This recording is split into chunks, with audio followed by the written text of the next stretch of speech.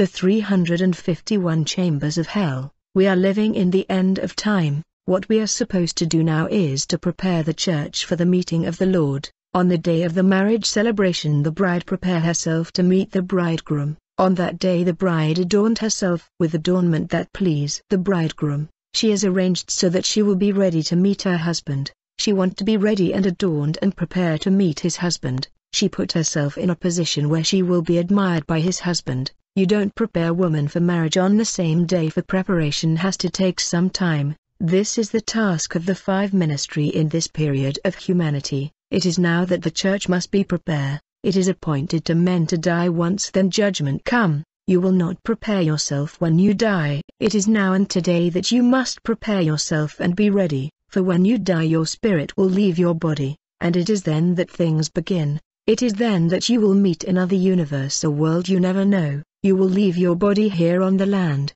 and everything that you do with the body will be left here. It will be buried because it was drawn from the dust, and it will return to dust. However, your actions and deeds will follow you after death. In case you like wearing miniskirt, you will find yourself with miniskirt beyond the grave, and it will serve as a judgment. Yesterday I mentioned souls that were in torment because of indecent clothes. It was dreadful to see these people in torment because of their clothes. They were lost forever. It was too late for them. As we were leaving, these souls were crying to the Lord to deliver them from the huge pit of great fire. The whole thing was inexplicable. The flames of hellfire was increased deliberately to increase the suffering. I saw millions of souls falling in ocean of lava because of indecent clothes that they were wearing, which accompany them beyond the grave. Demons were gathered beside this pit and were celebrating for the souls that they have won, and they celebrate the torment inflicted on these souls. Often they pulled souls out of the lake of lava in order to torment them to a place that had countless cells with millions of souls.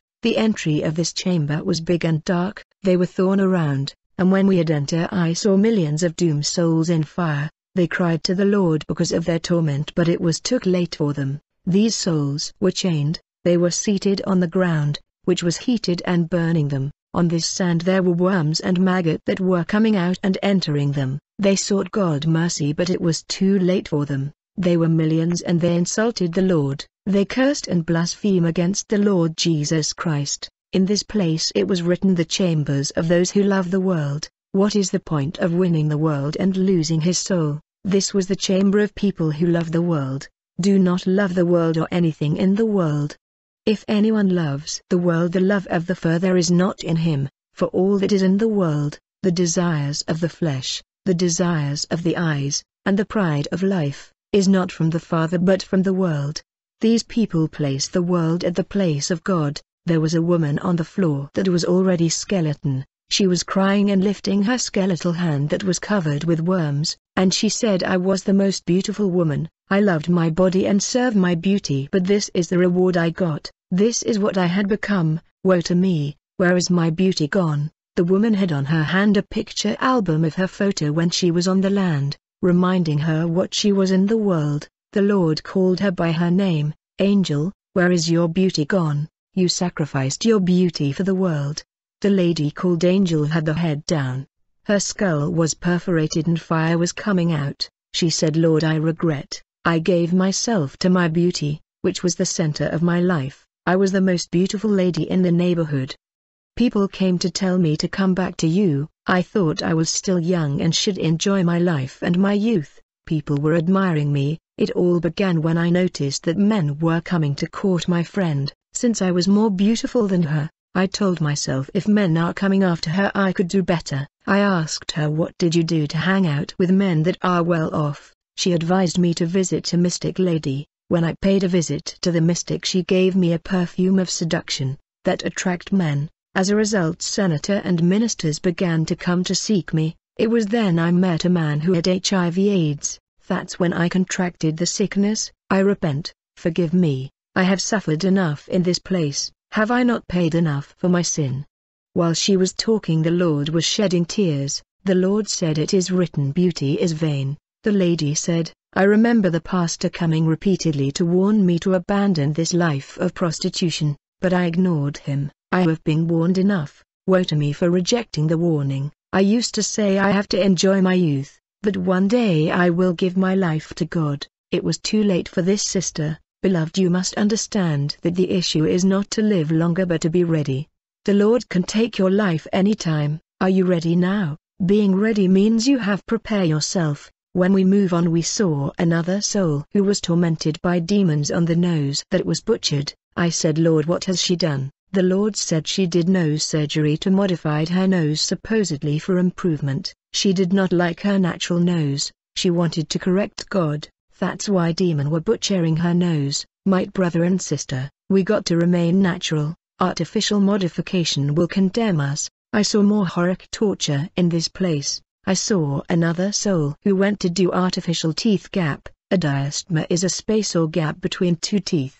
A demon was using a saw to cut his teeth. The demon said to her, you wanted to be more beautiful. You went on to pay to have a diastema to become more attractive. That is why we are doing this to you. The lady said, I did it to be beautiful on earth, but I don't need it here. The demon replied, be quiet, we will torment you forever and ever. Beloved, the treatment of animal in the butchery is better than the mutilation that I saw in this horrendous place. You cannot imagine the torment in this place that is beyond suffering. Even an animal was never treated this way on earth. Thanks to artificial diastema, this lady was able to catch people's attention with the gape in her teeth, but beauty could not save her. Ecclesiastes 3 verse 14. I know that, whatsoever God doeth, it shall be forever, nothing can be put to it, nor anything taken from it, and God doeth it, that men should fear before him. Brother, we must understand that sinful life will cancel the work of the Calvary in our life. However, when you regret and confess your sin in all your heart, that where the power of the cross become effective and bring transformation in your life. However, when you think that because the Lord died for you, you can live in sin, the cross will be barren for you until you surrender. If you think that you can live in sin because Jesus died on the cross, you are deceiving yourself. It was an inexplicable suffering for this lady just because of a little thing. There were more than 50 demons tormenting her. The more she cried, the more torment was inflicted upon her. She begged for mercy, but it was too late. They opened her jawbone with a saw that was many meters, and a giant demon that was many meters long destroyed her mouth. This was an infernal place where people were tormented left and right. All that my eyes could see was torture and demons tormenting people. In this place I saw a boy that was crying and saying it was not my fault. There was a bottle of beer attached to his hand. He was trying to get rid of it. I recognized the popular beer of our country on his hand. I saw that there was heated acid inside the bottle of this beer. A voice came from the bottle saying and repeating the word condemnation, condemnation. The Lord said his father had the custom of sending him to go buy the beer for him. Whenever he touched that bottle of beer, he was already condemned. The Bible say, woe to you that get your friend to drink. Beloved, if you served visitors with beer in your home, you are condemning yourself. Even if you say you won't drink it, you cannot sit on the same table with people that are drinking beer and you say, I won't drink beer but juice. Whenever you sit on the same table with people drinking alcohol, you are participating in their sin. You that buy beer for people, you are condemned. This boy was condemned because he was buying alcohol for his father even if he was not drinking it. If you are a Christian, you are still attached to beer, you will be condemned by these things. The boy kept saying, it was my father that was sending me, I want to give it to him. It was too late. The Bible say, touch not that which is impure. I saw another soul not far. There was traditional drink we make in Congo beside him. This man liked the traditional beer made in the village and thought it was different from modern alcohol. One day he got sick and was taken to the hospital where he died, and was led to the place of torment. The man kept saying, it's not bad to drink this traditional drink. My dears, one day your soul will leave your body. You will go from the world of the living to the world of the dead.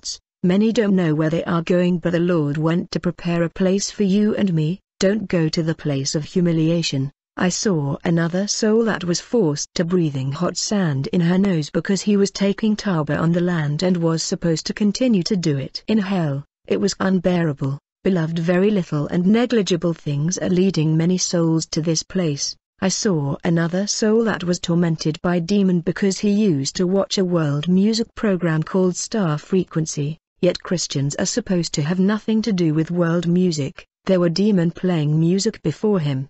It was written the demon of Star Frequency, the TV program. Another soul in this place used to watch a program called Superstar, that it was all about world musical celebrity information and lifestyle. How can you be attached to anything related to world celebrity yet there is nothing there for your edification? It add nothing to your faith, but you still continued to have interest in the lives of world celebrity, and time Christians should have nothing to do with pagan and news about them. This soul, say the Lord, wanted and seek to know what was going in the lives in these profane musical celebrity. Brother, are you still curious and interested about celebrity lifestyle? How can a born-again believer be interested in world celebrity? I saw a phone beside this soul and demons were coming out of the phone to torment her. She was using her phone to check the news about world celebrity.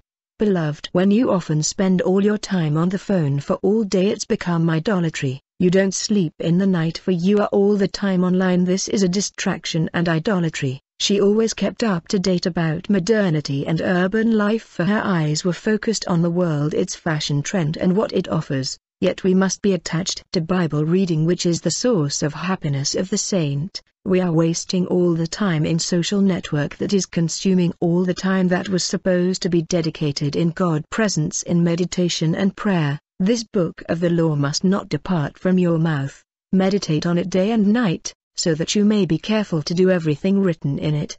For then you will prosper and succeed in all you do. Of